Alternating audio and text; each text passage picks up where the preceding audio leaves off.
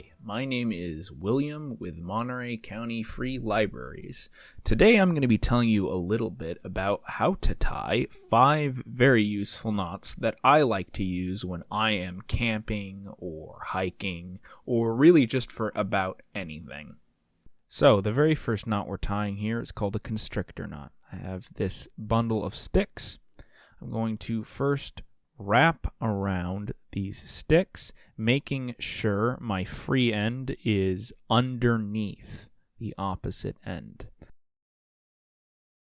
So now you can see I've made a cross. It's good to kind of make sure it's in the center of whatever you're tying up. You don't want it to fall off one end because you're going to keep this sort of loose. You're going to then wrap around behind. And what you're going to do is you're going to simply insert that loose end right back through the cross that you had made in the first place.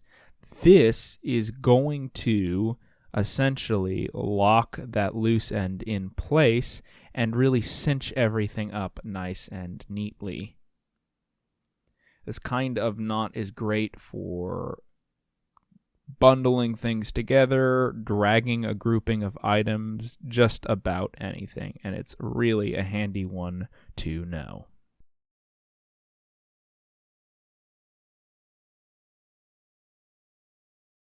So, this next knot is going to help us with this stick.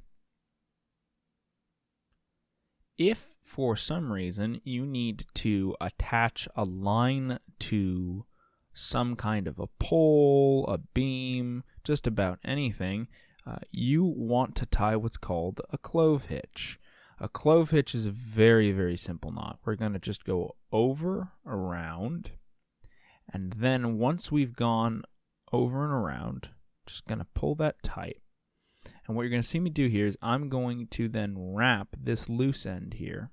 I'm going to wrap over, right? Over.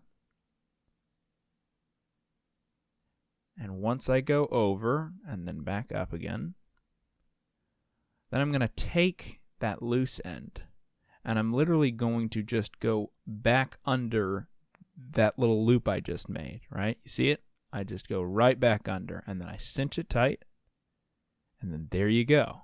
That is a clove hitch. This is a really great knot. When you're pulling down on the longer end, right, that's going to stay in place. It is not the strongest knot in the world, and you certainly can tie stronger knots than this, but you can always double up the clove hitch, do 2 of these, just wrap it around a second time, and it's also really easy to untie. You just pull the short end. So if you have 2 ends of a rope and you want to conjoin them together in a really easy way, you tie what's called a square knot. So I'm going to just cross these 2 over. I'm going to bring one side around like that. See, I've kind of intertwined these 2 together just like that. Very, very simple. One around the other. And then we're going to come up sort of in a loop here. This makes it easier to separate things later on. Just make a wide loop, go back under, around, making basically the same exact thing you just did before, right? Crossing over, and bam, pull tight. And that is a square knot. This is going to conjoin the 2 ends of a rope in a very quick way. It's not certainly the strongest knot in the world, but it's a very fast way to quickly conjoin 2 different ends of a rope together. So the next knot we have here is known as a slip knot.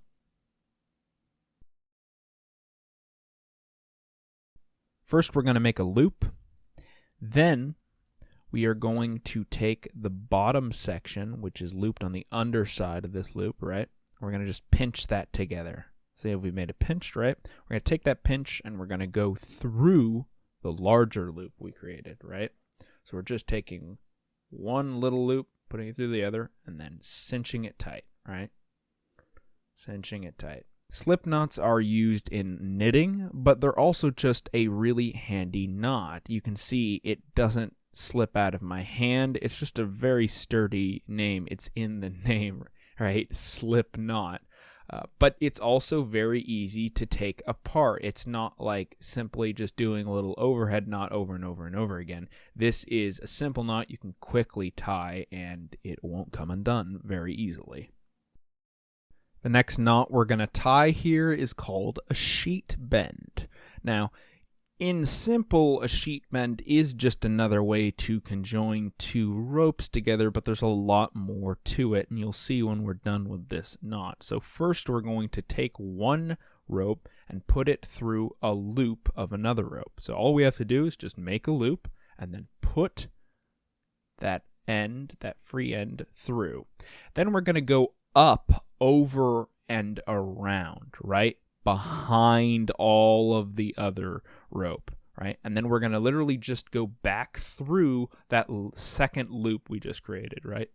Going back around, through, pulling tight, and that's it. That's all you're doing, right? You're just looping a rope around another rope. Now, the loose end, as you can see, it is pulled tight with both ends. So this is in many ways a sturdier way of conjoining two ends. However, you'll notice that there's also a free end sort of hanging out. And you could, if that was a longer end, you could use that for tying another thing onto there. This knot is often used in sailing.